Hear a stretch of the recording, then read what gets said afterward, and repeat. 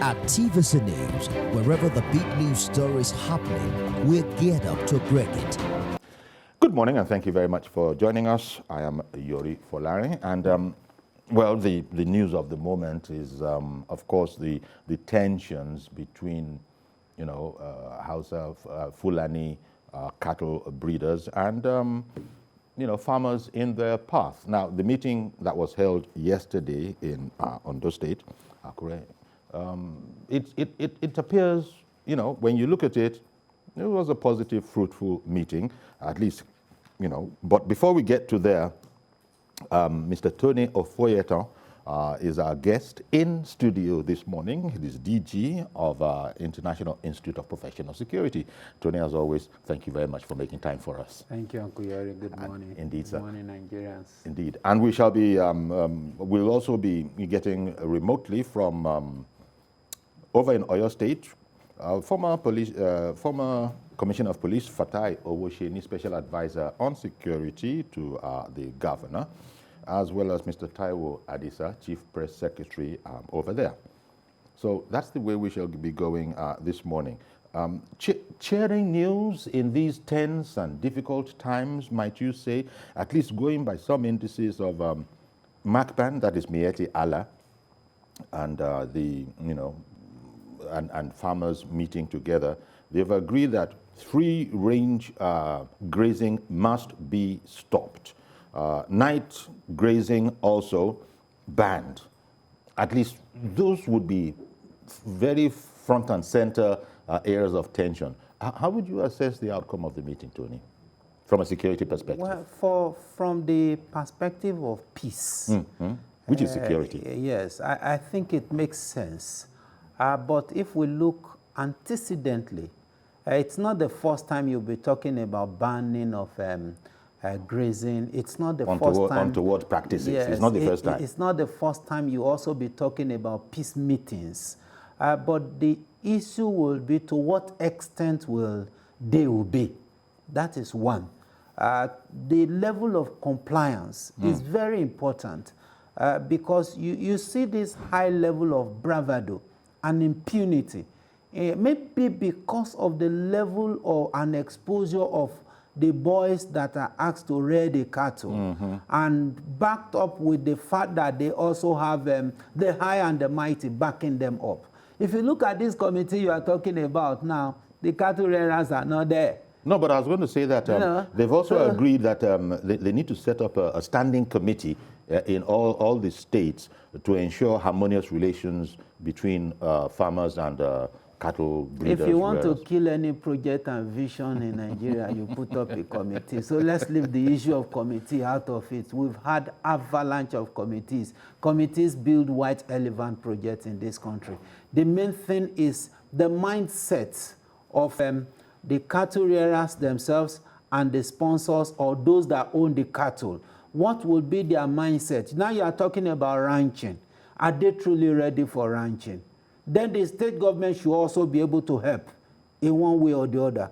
If it means have a cattle, what do you call it, cattle farm, or where if you are coming from every part of the world, the first stop is go to that place. Just like you have yam farm, you have agri-food farm and all those stuff like that. Have a place where you are coming from Niger, you are coming from Sokoto, you are coming from everywhere, straight to that place first. A sort of settlement. Yes, a sort of settlement. Cattle settlement. Yes, straight from there, those that want to buy for commercial purpose, buy. Those that want to rear, good enough, it's not compulsory that you must register. Now, if you register, then you should be able to fare your cattle straight to your ranch from there.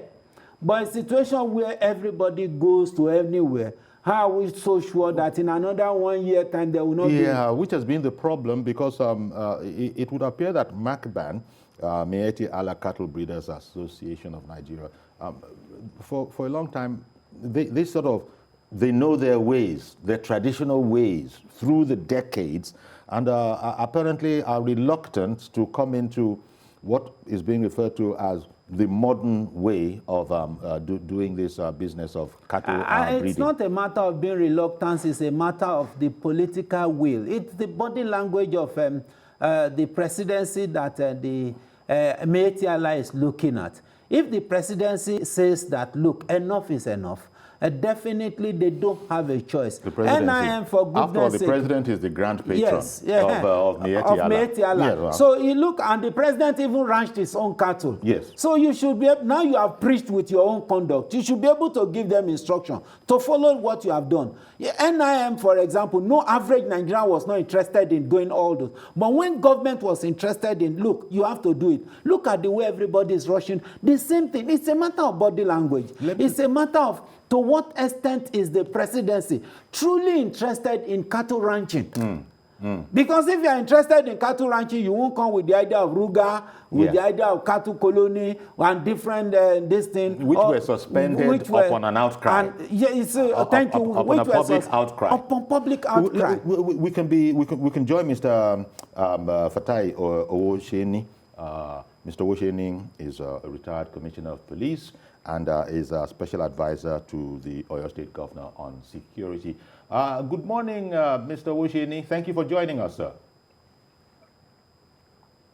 Good morning, sir, Mr. Yori, and good morning, viewers. Thank you very much.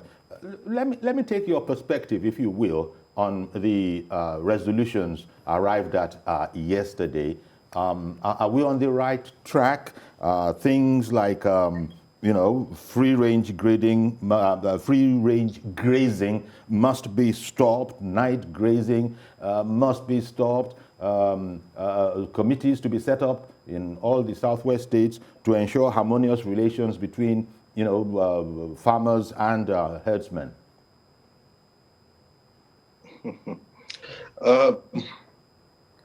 I would say that it appears so, but I'm listening to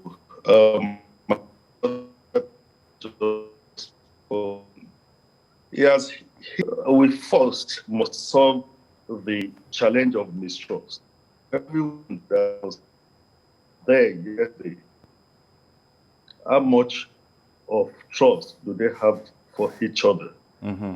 This is not the first time in my career like this. I got some of them at the national level and at regional level. When I was in Benue State, we always come back to the same thing. And if we are a country that continue to institution to stand again, all the recommendations that have been at the summit of nature at regional level are every year, once it's dry season, especially. Why are we a nation talk? We just lament that we don't move any further. Everybody will shake hands, they will laugh, they will say, this is going to be the end. Some people that are pessimistic, I won't blame them. Even me, myself, from what I've seen, we must have a deliberate policy and the political will to drive it. What are people fighting for? Resources. Are we going to create water reservoirs? Are we going to do a deliberate planning to make sure that we have forage all through the season? If we want to get a lasting solution, this thing dated back to the colonial period. And of course, this is 2021. We are still putting ourselves together to talk. The element of trust have to first be addressed. We don't trust ourselves. Nigeria has gotten to that level, and may God help us. So this then leads us on to the topic we hear quite often of the political will to do that which is right.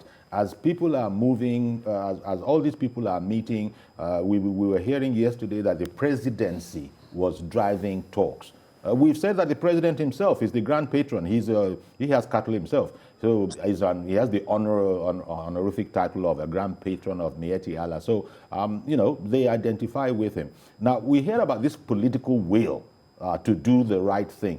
How optimistic are you? Because you've mentioned some key points that are not things that perhaps ordinary individuals can do. The political will, are you optimistic that we will be able to draw on that in this problem that seems to be intractable? Not really so.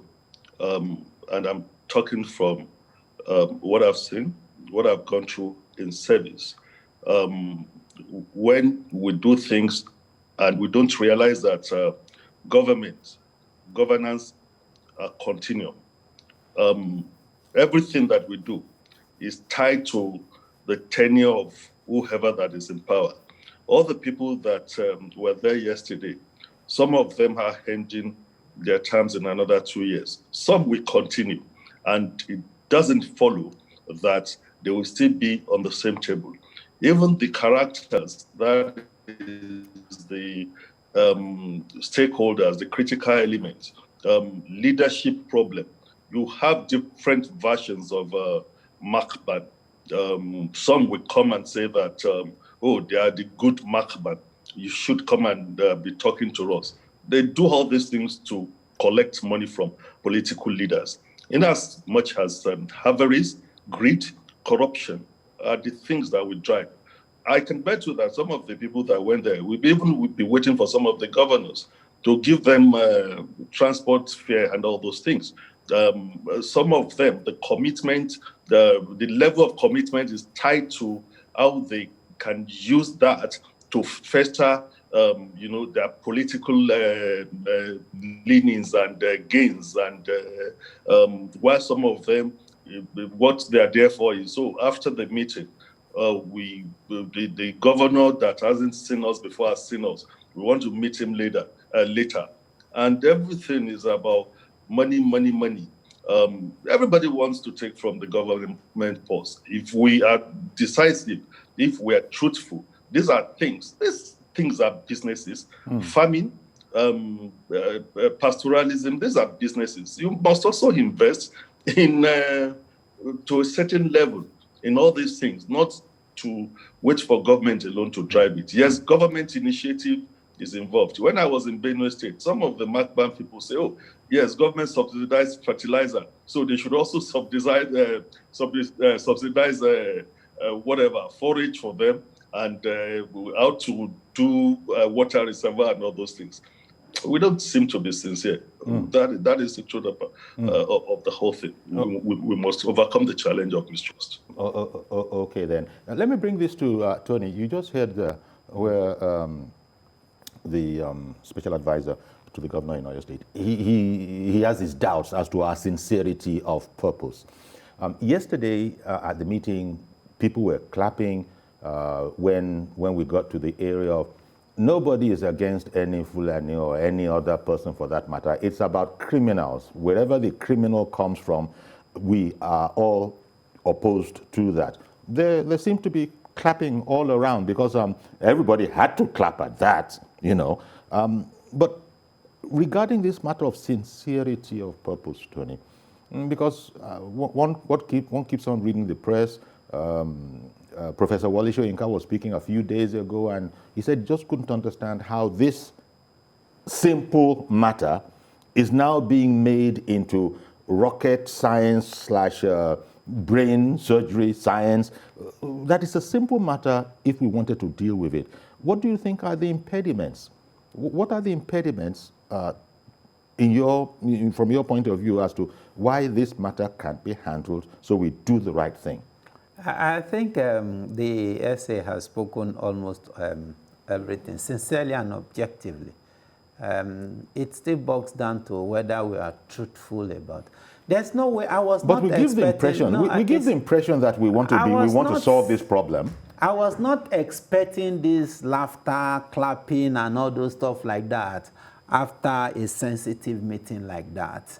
And the reason is not because I expected them to fight, but because I expected that it should be a meeting devoid of politics. It should be a meeting called frank talk, vis-a-vis the level of crime and criminality that have been perpetrated by this group in the forest, in that state, and in the Southwest, and of course, in the nation as a whole. Now, having said so, Now, when you not come together, you gather together, you have the discussion and all those, I still have my doubt as to the true implementation of the resolution. And by God's grace, God will preserve us. In another 6 months' time, we will still come out to talk about this thing and do a reassessment if there has been improvement. Now, what I expect now, as far as I'm concerned, the security network of Oyo State, Southwest, and the like, I expect that they should go into the forest. Those places that they said are out of bound for cattle, for businesses, for human habitation, go there. Don't stay in the city. For me, I don't see any reason why Amotekun should be in the city. There's no reason, because that's not the central purpose which were formed. I saw recently when they said they were arresting school children and saying that Malian and all those, and I was pissed off. In short, to me, I see it as a boomeranging this thing. What's your business with that? I expect that by now they should have their own mini stations in the forest there. They know their forest, they know their route. Let the traditional rulers assist them. The local hunters and local vigilantes assist them. Amotekun is a community thing. Let them implement the resolution that have been arrived at by the governor and the Miyetti Allah. Let them implement it. It is when they implement it. Look, it has many advantages. It will reduce this rate of kidnapping and armed robbery on the road. It will reduce it by almost 80%. Because if you're a kidnapper and you don't have somewhere to hide your victim, it becomes a tall order for you to talk about kidnapping. It will reduce robbery. It will reduce this communal attack in the dead of the night. Communities are sleeping. The next thing you see, they throw petrol into communities and burn community, rape their wives, they kill their husbands and all those. It will reduce all this to barest minimum. Indeed. Because if you don't have a hiding place, there is no way to be easy for you to perpetrate such act of criminality. Indeed. Mr. Osheni, on the Governor Akure was, unrelenting on the point of nobody should be in that forest. If you're going to be there, the forestry reserved area, you must be registered. So the registration usually, I would have thought, would be about officials, but was there an implication of some people could, because they are registered, then become legal residents or visitors to the forest? I want to make apology for my repetition. Institutional memory. The forest reserves, as we all grow to know them, are like what the military call restricted areas. Even then, when we were growing up, the cattle rearers know that this is a forest reserve. They won't even take their cattle there. But we are in a season of harmony where everyone just think all kind of impunities can be committed. If those things must work, all what we are talking about, how come that even when we were doing this talk yesterday, no one mentioned the forest guards of those days? The forest guards maintained the forest in those days, well-trained. They will bring them to the Forestry Research Institute of Nigeria in Ibadan here. They are not just guards. They also protect the trees, the ones that are going into extinct. They know the names of all the leaves. They know the names of all the timbers out there. If you take a log to any timber place, woodwork place, they know where that timber is coming from. So these people are going into extinct. Some of them have retired. Some of them are dead. Why can't you revive that institution? You had the Nigeria Police of old that had a camelry section for the desert, a mounted troop section with their horses, because this forest is so large, the expanse of the forest. So if you revive this, we now have what is called the Agro Rangers from the civil defense. So if we take a deliberate policy that, we are a nation that want to learn from our past mistakes, we must revive the institution. we must be able to build the capacity of the institution. Can only Amotekun do it? Amotekun is just a new formation.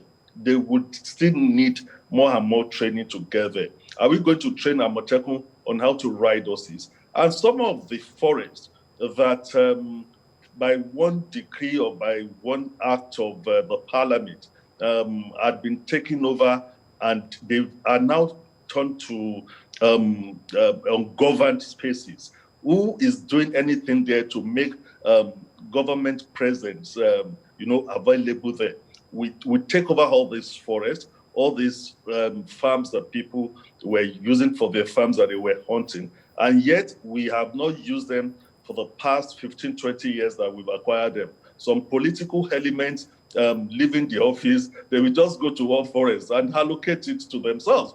And you have moved all the people that were making the place governable. You have moved them out of the place. So it's not just about Amotekun alone. It has to be, an hybrid thing. The elements of the non-state actors, revive the institutions, fund them. When the meeting was going on yesterday, how many of the people that are supposed to even, effect that, what contribution do they make? What knowledge of it do they have? So if you strengthen our institutions, if you revive our institutions, and you make them to be subjected to the Constitution, not to an individual, that they know that, yes, they are to respect the law, they are to respect the Constitution, they have obligation for protection and security of the people. Leave them to do it. So how many of all these things were taken into consideration yesterday? Everybody just went there and were clapping. And of course, like I said, you will see what happened thereafter. Indeed, we have to wait to see. Tony, back to you in studio, Tony. We have to wait to see what indeed is going to happen, because what both you gentlemen are underlining is the sincerity of purpose. Is it there? And both of you are, quite frankly, not optimistic. You started off by saying that, not today. Is it today we've been having these peace meetings? But by definition, why are we different? Anywhere in other places in the world, you have these forest reserves. You can't go in there. They are protected. You can't go in there to hunt without a special permit. So it's regulated. You're even told what you can hunt and the extent to which you can hunt it. You can't just hunt anything. We know about all these things. Now you take cattle that you are breeding. You take it into that same place. Is Miyetti Allah or their patrons, are they going to say they are not aware of all of these? Then why are they turning a blind eye, the patrons that is, and allowing this to? Why is it not seen as absolutely undoable? So it's like we're foot dragging. There's a lot of sophistry going on.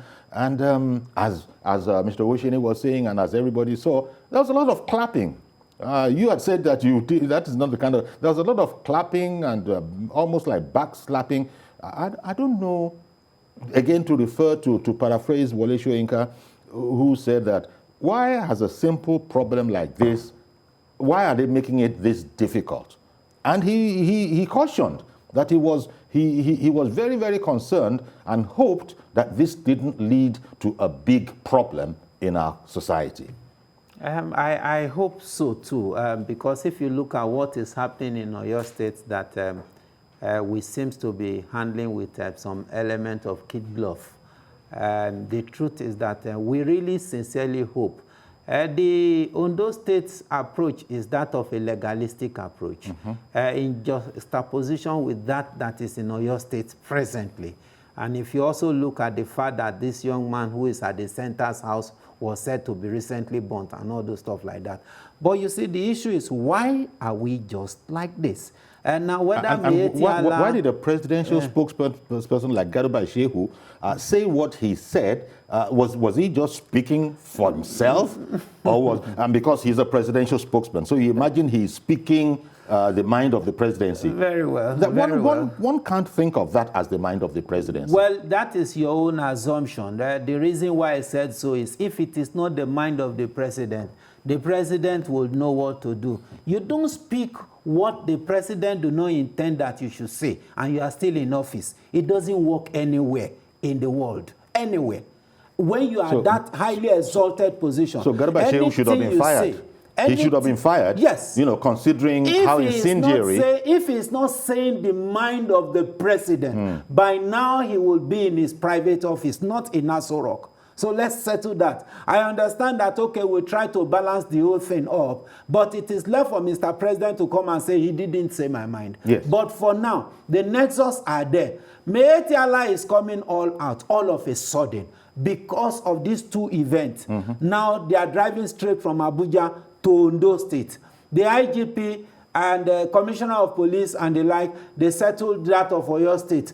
Now it shows that's to tell you one thing. The bravado at the mind of these headers is because they have presidential backing. And that is just the nexus in this whole thing. Well, this is the unfortunate conclusion. It's an unfortunate conclusion. It's an unfortunate conclusion, but the narratives and everything that is supporting it. For goodness sake, have you not had several of crisis in my 12? Have you heard of presidency coming to Lagos State to resolve the crisis in my 12? Have they not fought severally over Pepe, over Yam and the like? Have you heard of a situation where presidency will come and have a meeting in Lagos State? Have you not heard of, even in Kaduna, in Kano, have you not heard of Igbo and Hausas fighting over market and all those things? Have you ever had presidency saying anything? Presidency will say it's a state matter. But look at a situation where even almost immediately the governor issued that fiat. Almost immediately, Garba Shehu responded. And what was the content of? Without even understanding the choice of words of the governor, without reading in between the line properly, he came straight to say, you don't have the right to drive them out of Oyo State. And he hasn't been pulled up yet. He hasn't been pulled up. It's not a matter of... He hasn't been pulled up yet. It's unfortunate. That's why you see impunity, hypocrisy, ethnicity, and corruption. All this gathered together is not making us to have solution ahead. All those horrible words you just used, it's perfectly understandable. But if only the president had said, that is not my mind. That is not the presidency. Nobody sent you that particular message. Perhaps it would have served to douse, the situation a bit. But it is what it is. We have what we have. But let me switch. I'm going back to Mr. Owoseni here. The situation in Oyo State, because I did see your governor there yesterday, and the little I did hear from the governor, I wonder if it was not packed sort of innuendo. With innuendo, he said that even those who cannot really manage their own families deign to know more than the governors. I'm referring to the situation, the tension in Oyo State. Where is that vis-a-vis Mr. Sunday Adeyemo, aka Sunday Igboho, and the apparent influence he appears to have on society in Oyo there? The thing is that His Excellency Governor Seyi Makinde, the executive governor of Oyo State, has done everything a responsible governor will do in tandem with the Constitution of the Federal Republic of Nigeria. There are different ways to find solution to problems. I mentioned it earlier. We need to, build the capacity of our institutions. We need to make them to know what to do. From the visit we made to that axis on Sunday, Igangan especially, everything is about, failure, perceived failure of institutions, where people in the community, both ways, conspiracy of silence earlier, it wasn't working again, and they have come out, and they've seen someone who think is high and mighty, who had been aiding and abetting the people that are committing atrocities in the area. And one thing that I can take up from there is even the youth and the people in the area, in unison, it's not just about, oh, we want Fulanese to leave a place, but a particular person that they perceived that personified what the whole ethnic group is. Witty allegations were made, which of course some that I've always interfaced heard for the first time. So this is just behind what is happening. Our governor here has always been pragmatic to say, look, let's look for logical solution to what is happening. Do you do self-help? Yes, sometimes when people feel that they cannot get a redress, they will do self-help. So we also need to address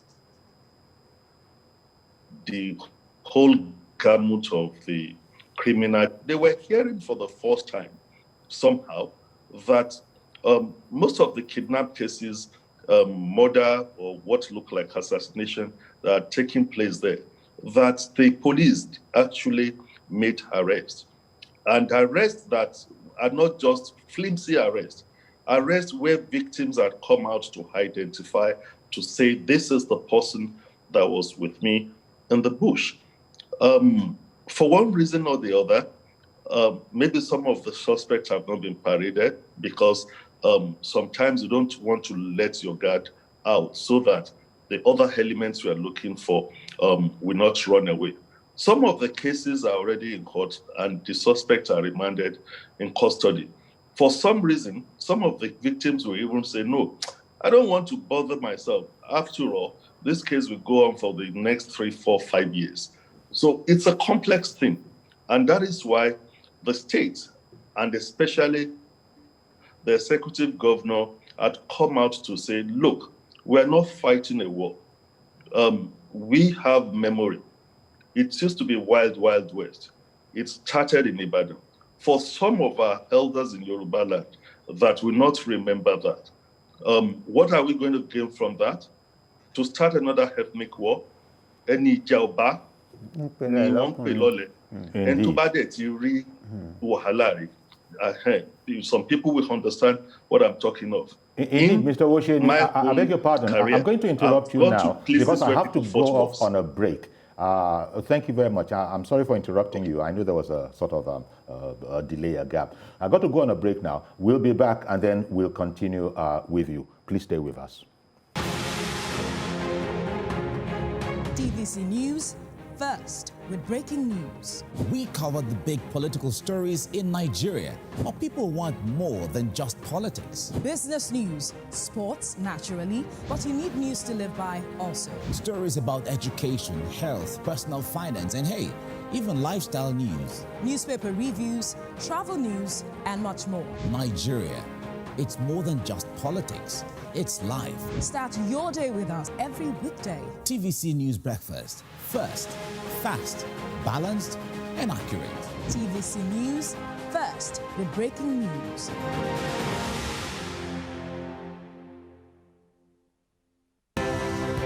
At TVC News, wherever the big news stories happening, we're geared up to break it. TVC News, first with breaking news.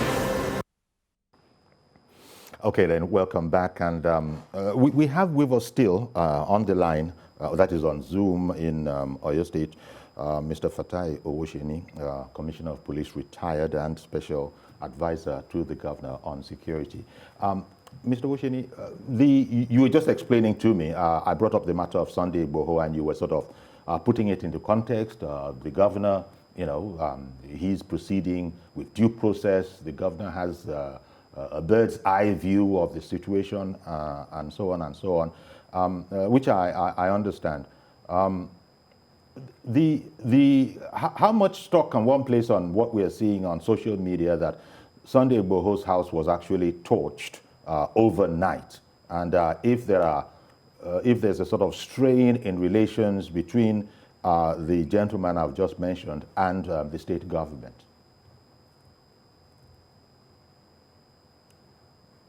Very dangerous trend. The social media has this positive, value, but we tend to, leverage more on the negative value. I had mentioned before somewhere that everyone on the social media even think nobody is going out in Oyo State. And we went to Iganga, we moved up to Okeogun. People are going about their businesses. People want to live. They want to be able to go about their endeavors. I've also read the news about the presidents of that was said to be set on fire. May God save us in this country. You can see some elements, you can see some hands, that are walking behind. Some people had come out, somebody even put it as headline, Fulani people had gone to retaliate and burn Sunday goes out. I've made some calls, and so far, I know that the police will investigate. They must investigate to let us know what has happened. But what I have heard so far from some of the eyewitnesses, some people had said some people came to the house, jumped the fence and whatever. And of course, the waiting room, not the whole house, that is the waiting room that was burnt. And of course, the fire service quickly responded. The police also went there, and they were able to put that under control so that the thing did not spread to the other part of the house. I expect that a whole lot of narratives will come out. They would say that it's the government, but we've not seen the end. It is a tragic comedy. You will see what will follow. This is episode 1.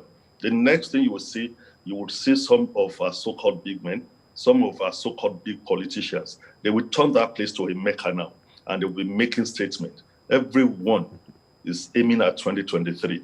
I pray that they will not use, their selfishness to destroy the state and to destroy Nigeria. Because just watch it, events that will follow. It's just started. And of course, they will whip up sentiment and go and, they know our people are gullible. They know that a lot of jobless youths around. They will go and tell them to say, Fulani had done this again. So let us go and attack them back. I'm sorry for us. Yet there haven't been any investigations to know the source of the fire or arson, as the case may be. That is it. We know the beginning of war, it will consume. Some people are bragging to say, they don't have anything here. Some of the people that are putting things on the social media, they are out there without knowing what is happening. And they want to turn the country upside down. They want to turn Oyo State upside down. Okay, Mr. Wosheni, I beg your pardon. I got to interrupt you because I have a call coming in from the UK. Ade in the UK, good morning. Good morning, King of Presenter. I've missed you plenty. Compliments of the season to you too. Compliments of the season to you too, Mr. Ade in the UK. Thank you. You are welcome. Okay, thank you. Coming back to this topic you are discussing now. Yes. Anytime I'm coming to Nigeria, I'll bring coffee for Mr. The man there. He has spoken the mind of us in diaspora. Now, I don't want us to assume that it's the president that is called Garba Shehu. If you listen to the wife of president last year, he said the statement Garba Shehu made was directed by Mama Daura that Garba Shehu told one of his aides, and he told the wife of the president. So it is not necessarily the president that directs. But these are speculations that we cannot entertain here, sir. You know our standard. Okay. Social media is social media. This is the news program. No, I said the wife of the president said it. I heard it myself. Okay, all right. Now, coming to this, this meeting in Akure yesterday. Yes. Well, our governor, we elected our governor to protect our life and property of everybody in Ondo State. Not necessarily the citizens, everybody. But the way they are killing people, killing our first-class things, and nothing happened, when they say Nigeria should register state, I call on CBC that they are killing Nigerians because of this COVID. We have been home now till February, lockdown. But in Nigeria, they say go out, and they are killing themselves. That's why Sheikh didn't see that. The president didn't see those who died. But when it comes to cow, then they say the presidency can stop. Is cow now important than human being? We say, now they make Nigeria laughing stock here. Okay. Because the president has no local stand on anything foreign, on local. American president gave instruction for March, for federal property only, because he has no authority on state. But in Nigeria, a president is interested in the farm of my father in the Oyo State. Which country is that? What do we call that? All right, then. Thank you very much, Mr. Ade, for calling in. Let me just touch base with you again, Mr. Awosheni, because of Mr. Sunday Igboho. You know, he put out this statement following the whole matter about, I think the Inspector General of Police had ordered his arrest, and then all sorts of people had waded into the issue. He now was thanking Fani Kayode, former Minister Fani Kayode, among others. I think Alailua, the from Oyo, the Alaafin of Oyo, I believe, even Professor Oshoyinka, even former President Obasanjo, he was sort of registering thanks for these people, to these people for, as it were, speaking up. Yeah, that's the expression. Speaking up for him. I wonder how the administration in Oyo State took all of that. You know, the statement is clear. Even everybody that has been reading meaning to what His Excellency Governor Seyi Makinde said, people were just reading meaning as they want to misinterpret it. What the governor had said is that anyone that has found to commit any act of criminality, the institutions that have obligations should do their work. Both from here, both from outside of this place. You started with something, and my friend over there with you also said something. Yes, everybody is just making reckless statement. How do you explain that someone that is paid with taxpayers' money have turned himself to the spokesperson of one ethnic or one socio-cultural group? So this criminality is cut across. If we have an institution that is insulated from political control, whoever that is giving out any message should know that for every act of criminality, people must face the consequences of their action. Some statements were made by some people that were supposed to be public officials as well, but amount to inciting violence. That's the way I want us to look at it. And I think that's the way Governor Seyi Makinde has looked at it. He didn't single out anybody. He didn't mention anybody's name. Okay. He said, anyone that is found to have committed a crime should be dealt with accordingly. And that is the position of the state. Okay. Mr. Joshua in Irewolide, good morning, sir. Good morning. Thank you for calling. I thank your guests. Both of them have done justice to what we are saying here. For me, I think it is time for us to have a nation or to have conversations that directs us to a nation. How can we achieve a nation? What sort of structure would be helpful to us to achieve a nation that we all can be proud of? Garba Shehu, for example, is a presidential spokesperson. He could speak for the president. He may not speak for the president sometimes. But this matter has to do with him speaking over authorities of states, right? I think people should be careful from the presidency. He was speaking about the governor's order. The governor is the executive, the head of his own state. So that kind of a statement, I expected them to have had private conversations instead of him to speak like I am commanding you or I'm giving you and instruction. We need to have a nation. And finally, sir, it is time for us to stop politicizing security issues. We're doing that too much in Nigeria. Every life counts. Don't kill one life, or don't allow many people to die before you now take action. Uncle Yori, thank you. Thank you very much for calling in, sir. Tony, the matter that I brought up with the Commissioner of Police, that Sunday Igboho thanking people that spoke up for him. You saw some headlines, Southwest leaders are behind somebody and that kind of a thing. And I was asking him, and I think he's done a credible job of explaining, because I was asking him how the authorities in Ibadan, feel about that kind of thing.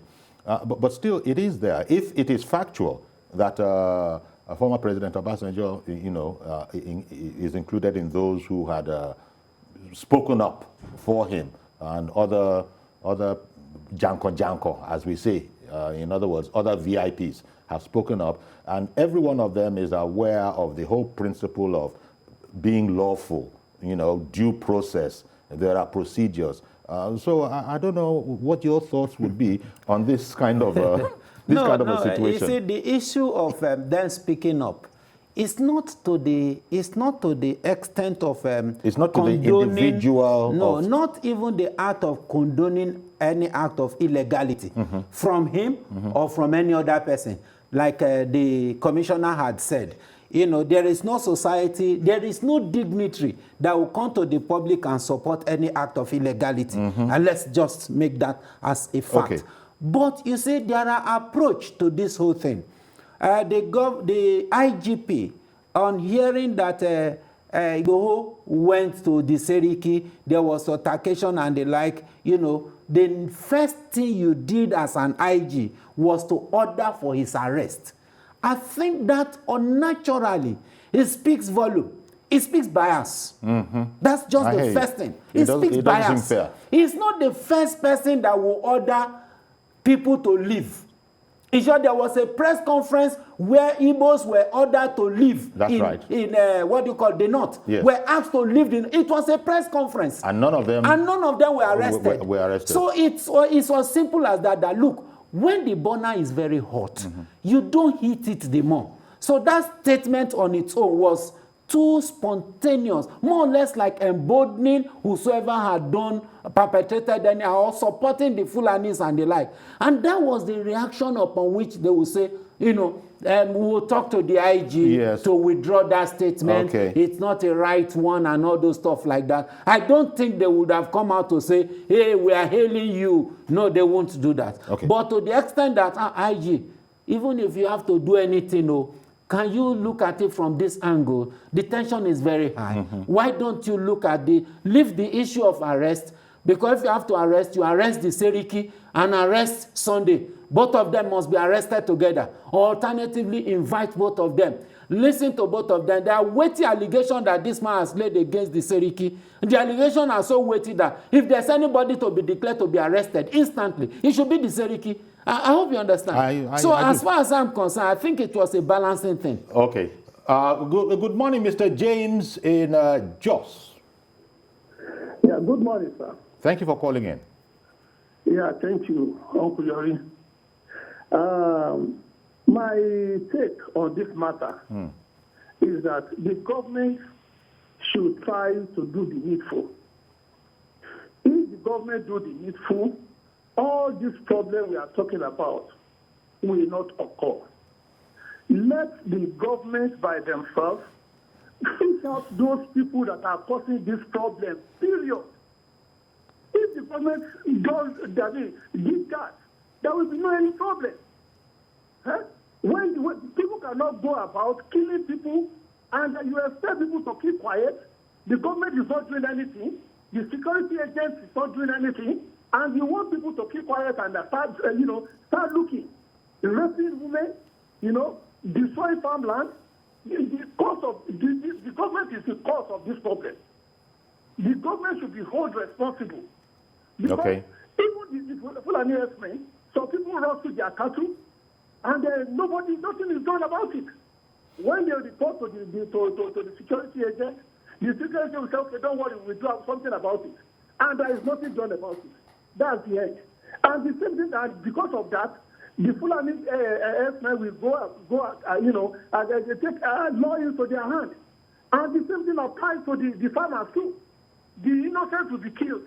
And then when the innocent will be killed, the community too will rise up against the farmers. Yeah. Why is it difficult for the Nigerian government to do the needful? Okay. And now they are putting ethnic coloration.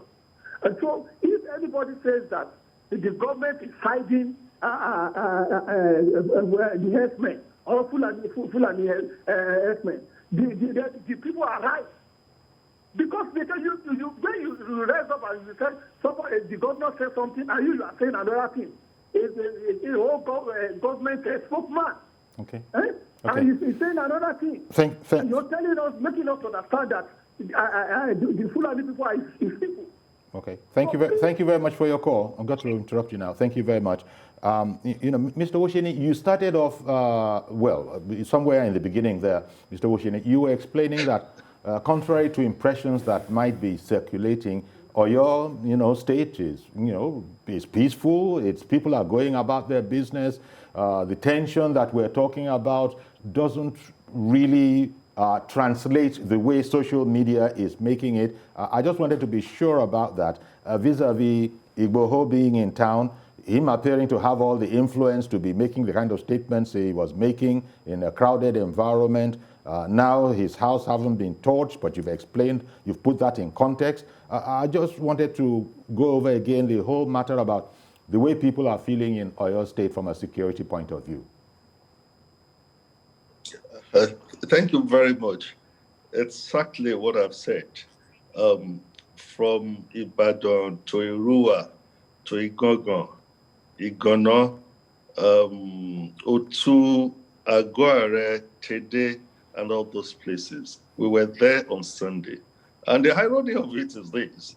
While some people are saying, oh, we don't want Fulanis or the herdsmen to be here, is it not interesting, the other leg of the journey we made to Akure and Tede, where one community is saying, no, we want this Fulani, because one of the main reasons why they were having the communal fight is about where to put and how to operate Kara markets. Kara markets are dominated by people that sell cattle.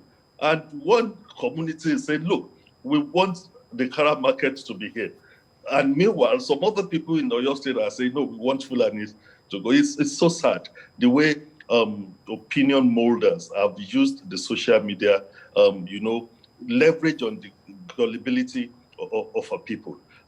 For me, I just think it's sickening. And I would probably want to plead that the media, the civil society organization, we've lamented too much. What we should be talking now towards 23 is to how to educate ourselves with regards. We can say that our constitution is faulty, but there are still some things that are good there. I would repeat it again. The chapter 2 of the constitution, the fundamental objectives and directive principles of state policy. Our people don't even know that these people in government are there holding that power and authority in trust for them. So let us start that process, a deliberate process of enlightening the people with regards to that. They've said that it's not justifiable, but let's take our leaders to account. It is adequate enough to fight this war without carrying a gun. All right, then. I want to thank you very much, Mr. Oshini, for making time with for us this morning.